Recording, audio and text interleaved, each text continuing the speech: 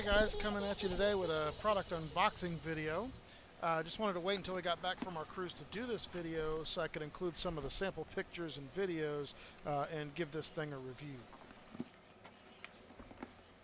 I already have a few cameras, so I just wanted something cheap as underwater shots will all I'll really be using it for. So I don't want to be out too much if something actually happened to it. So here's what it comes with. For starters, you have your warranty card and instruction booklet, your micro USB charging cable,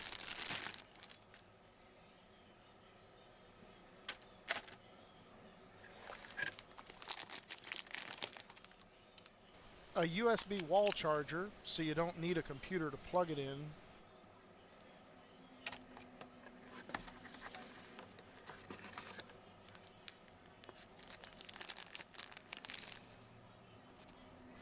a rechargeable lithium-ion battery,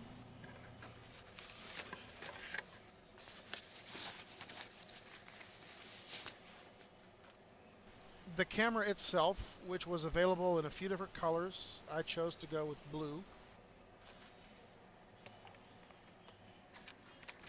And I later found that I missed two things hidden in the side, which was a body cleaning brush and, of course, the wrist strap.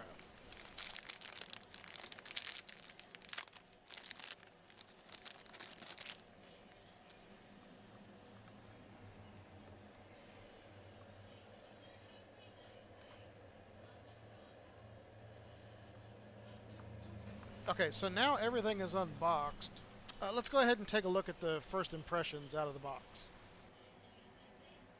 So for starters, on the top we just have the power button, a movie button on the left, and your shutter button on the right. So it's nice to see that you don't have to access the menu just to change between still pictures and videos.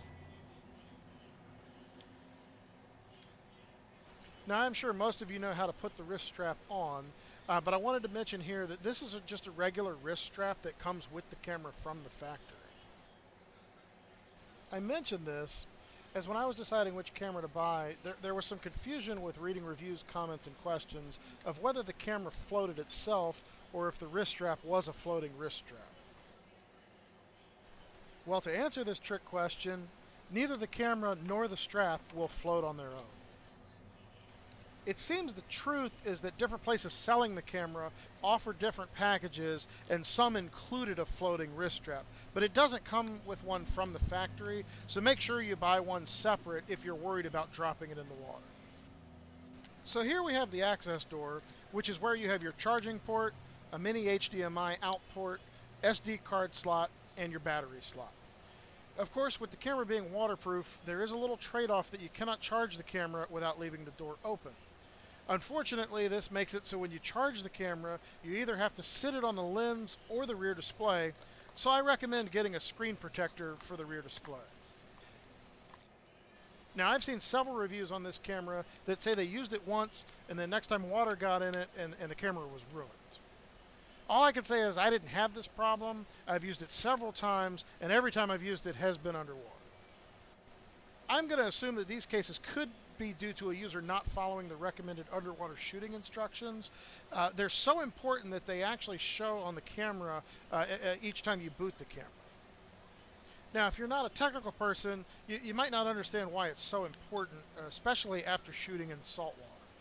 When the camera dries, the salt dissolved in the water is actually left behind, and even this tiny amount or just a grain of sand can create a space in the waterproof gasket, allowing water in the camera. So always make sure the door is securely fastened before using it in water. The reason for submerging the camera in water ahead of time for about 10 minutes before shooting is actually to prevent condensation on the lens, which will show up in your pictures.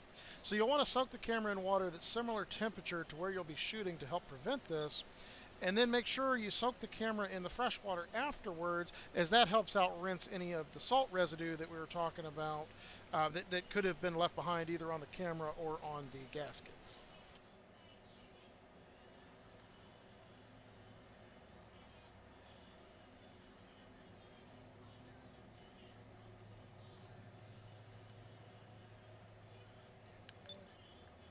Now that you have the basic options set, you're ready to start taking pictures. Just like most cameras, you're going to hold the shutter button down halfway to focus and then push the rest of the way to snap the pic. And just push the play icon to review your pictures. And here we have an elusive T-Rex captured in the wild. So now for the rest of the video, I'm going to include the actual pictures taken from our cruise on the Norwegian Dawn.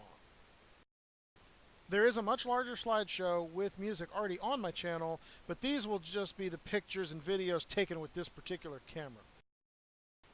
The other slideshow did not include these videos in the interest of length, but it was a mix from my Nikon S33, Sony CyberShot DSC HX50V, and my iPhone 6.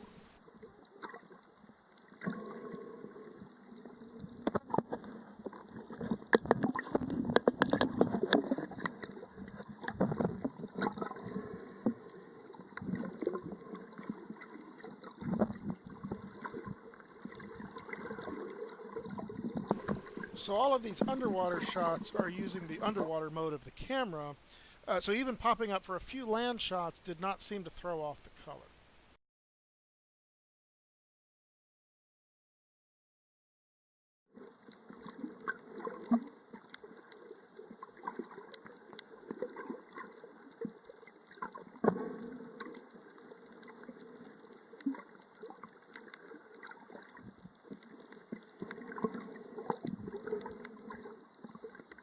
So as you can hear underwater, the sound quality is pretty good. I mean, there's not a whole lot to hear going on. But with the microphone having to be waterproof, it can be kind of muffled and not sound as good when you're not in the water.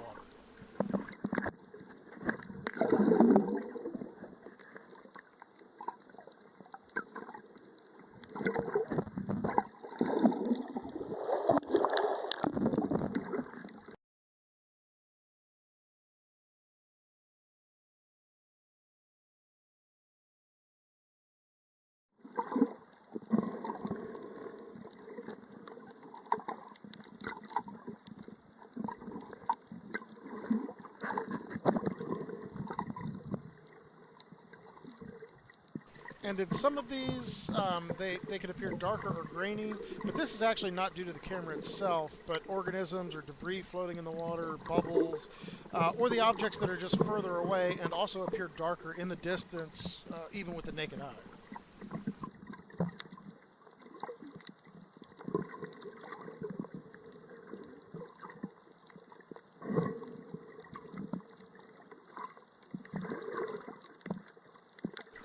I would say as far as battery life, it seems pretty good.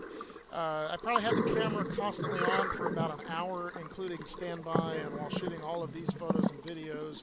And it didn't even register on the indicator having drained the battery yet. I also wasn't using the flash, so that helps. I haven't really used it enough to completely drain the battery. It was just for this trip. So I won't dispute the claim of about 220 pictures on the standard battery. And I also saw that the battery charger was upgraded from its predecessor, the S32, and now charges the battery to full in about an hour and a half.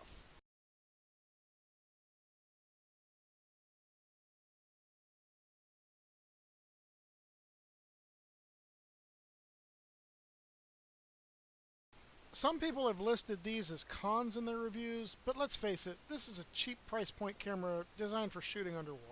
So a lot of extra features aren't really needed, and I only paid like 110 bucks for this, and I even found a deal that came with a case SD card, screen protector, and a cleaning kit.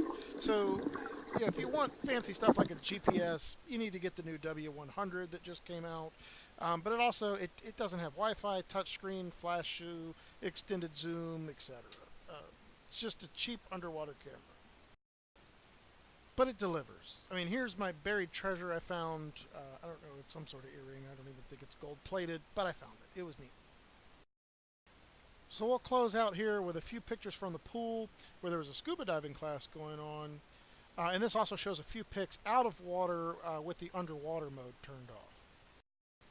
So as always, if you want to see more videos from me, I need you to click that like button, click that subscribe button, tell us what types of videos you want to see. I'll see what we can do. Thanks everybody, have a great day.